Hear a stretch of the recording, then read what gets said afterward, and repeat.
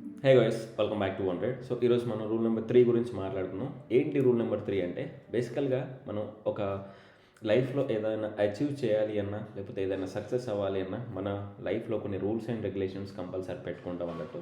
దాంట్లో part of ఇవే. So మనం ఇక్కడ మాట్లాడేవి ఏంటంటే ట్రేడింగ్లో ఎలాంటి రూల్స్ ఉండాలి, రెగ్యులేషన్స్ ఉండాలి, గైడ్ లైన్స్ ఉండాలి అనే వాటి గురించి మనం మాట్లాడతాం. ప్రీవియస్గా నేను 2 రూల్స్ చెప్పా. మీకు టైం ఉంటే, మీకు పాసిబుల్ అవుతే, మీకు ఇంట్రెస్ట్ ఉంటేనే ఆ రెండు కూడా చూడండి. ఐ కార్డ్లో పింగ్ చేస్తా. లేదు అనుకుంటే no problem.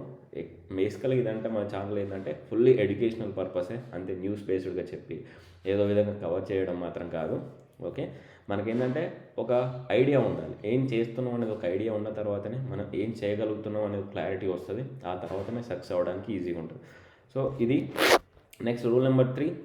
Use limit orders, not market orders. So first మీకు లిమిట్ ఆర్డర్స్ అంటే ఏంటి, మార్కెట్ ఆర్డర్స్ అంటే ఏంటి అనేది ఐడియా ఉండాలి. ఐడియా ఉన్న వాళ్ళకి ఓకే, ఐడియా లేని వాళ్ళకి, ఫ్రెషర్స్కి ఒకసారి చెప్తా.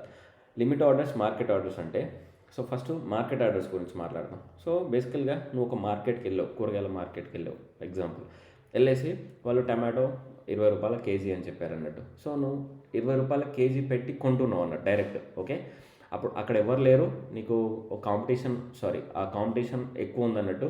ఓకే, డిమాండ్ ఎక్కువ ఉంది. సో 20 రూపీస్కి నువ్వు 20 రూపీస్ పెట్టేసుకున్నావు. ఇది మార్కెట్లో ఎంత పలుకుతుందో అంత పెట్టి కొనుక్కోవడం. ఎందుకు, సరౌండింగ్స్లో డిమాండ్ ఎక్కువ ఉండడం వల్ల నువ్వు 20 రూపీస్ పెట్టే కొన్నావు. ఇది మార్కెట్ ఆర్డర్స్ కిందకి వస్తుంది. సేమ్ దీన్ని మార్కెట్లో కంపేర్ చేసుకుంటే, నీకు ఒక స్టాక్ నచ్చింది, ఆ స్టాక్ని డైరెక్ట్ ఇమ్మీడియట్గా నువ్వు కొనాలి అనుకుంటున్నావు. ఓకే, ఇమ్మీడియట్గా కొనాలి అనుకున్నప్పుడు ఎంత ప్రైస్ ఆ టైంలో పలుకుతుందో, ఓకే, ఫర్ ఎగ్జాంపుల్ ఆప్షన్ లెక్క అన్నట్టు, ఎంత ప్రైస్ ఆ టైంలో పలుకుతుందో, ఓకే, అది నువ్వు పెట్టి కొనుక్కోవడం అన్నట్టు. 20 రూపాయలది కాస్త ఇంకొకటి 21 రూపాయి, నేను ఇమీడియట్గా 21 రూపీస్ వస్తా నాకు కొనే అంటే, అదే టైంకి నువ్వు కొనే అని ఆర్డర్ పెడుతున్నావు అన్నట్టు.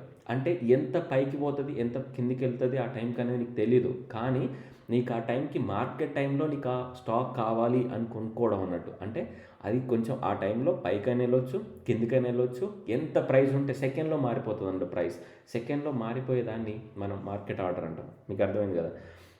ఈ ప్రైస్ కొంటది అని క్లారిటీ ఉండదు. ఎనీ ప్రైస్కి కొనవచ్చు నువ్వు. మార్కెట్ ఆర్డర్ ఎనీ ప్రైస్లో అది ఏ టైంకి వచ్చినా ఆ టైంకి కొనేసేయి అని నువ్వు చెప్పేదే market order. Limit order same టమాటోకి వెళ్ళావు, అక్కడ ఎవరు లేరు, కొంచెం బార్గెన్ ఆడుతున్నావు అన్నట్టు. సో 20 కాదండి, నాకు 18, 17కి ఇచ్చేయి, 19కి ఇచ్చేయి. సో అలా బార్గెనింగ్ ఆడడాన్ని ఏంటంటే లిమిట్ ఆర్డర్స్ అంటాం అన్నట్టు. సో మనం ఒక సర్టెన్ ప్రైస్ పెడుతున్నాం, 19కి వస్తేనే నేను కొంటా లేకపోతే కొనను. మార్కెట్లో ఎలా జరుగుతుందంటే ప్రైస్ 19కి వస్తేనే కొంటా లేకపోతే 18కి వస్తేనే కొంటా, అప్పటి వరకు కొనను. ఎందుకంటే ఈవినింగ్ వెళ్ళారనుకోండి మార్కెట్లోకి, ఈవినింగ్ వెళ్తే డిమాండ్ ఎక్కువ ఉండదు, ఆల్రెడీ లేట్ అయిపోయింది, ఎంతో కొంత పోనీ అనే విధంగా ఎలా అయితే, జస్ట్ ఎగ్జాంపుల్ చెప్తున్నా మీకు. అలానే మార్కెట్లో ప్రీవియస్గా 20 రూపీస్ చూసిన నువ్వుది 18, 90కి జస్ట్ లిమిట్ ఆర్డర్ పెడతావు. ఇక్కడికి వస్తేనే ప్రైస్ కొను, ఇంతకు మించి పోతే కొనకు. అంటే 20 పైన పైకి వెళ్ళిపోతే కొనకూడదు, 19, 18కి వస్తేనే కొనాలి అనేది ఇది లిమిట్ ఆర్డర్.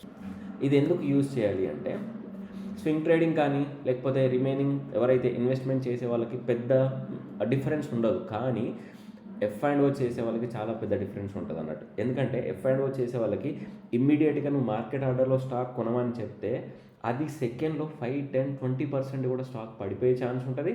5, 10, 20, 25% కూడా స్టాక్ పెరిగే ఛాన్స్ ఉంటుంది అన్నట్టు. F&Oలో చేస్తున్నది, నువ్వు పెట్టే ప్రైస్ 10 రూపీస్ అనుకోండి, అది 10 రూపీస్ కొనదు. కొంటే ఆ టైంలో ఎంతైతే ఫ్లక్చువేషన్ 11 కానీ 12 కానీ, ఒకవేళ ఆ టైం ఫ్లక్చువేట్ అయిన ప్రైస్ కూడా కొనే ఛాన్సెస్ చాలా ఎక్కువ ఉంటాయి అన్నట్టు.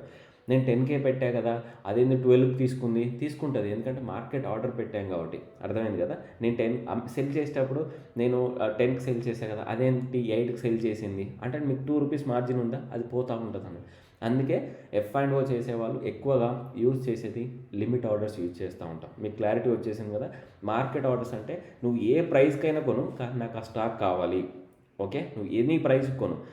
లిమిట్ ఆర్డర్ ఏంటంటే, లేదు నా నా నా ప్రైస్కి మాత్రమే నువ్వు కొనాలి, నేను అనుకున్న ప్రైస్కి మాత్రమే కొనాలి, అంతకు మించి అటు కొనకూడదు ఇటు కొనకూడదు అని పెట్టేది లిమిట్ ఆర్డర్ అన్నట్టు.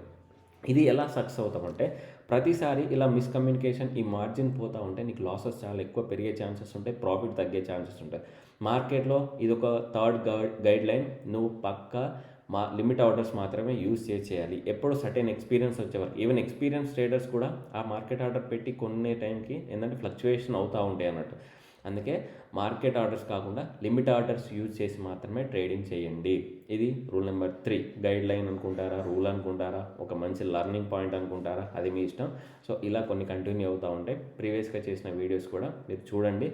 మార్కెట్ ఆర్డర్ కంటే లిమిట్ ఆర్డర్ మాత్రమే యూజ్ చేయండి. ఎందుకు చెప్తున్నా అంటే సక్సెస్ అవ్వాలి అంటే చిన్న చిన్న పాయింట్లే మనకు బెనిఫిట్గా ఉంటాయి. Thank you.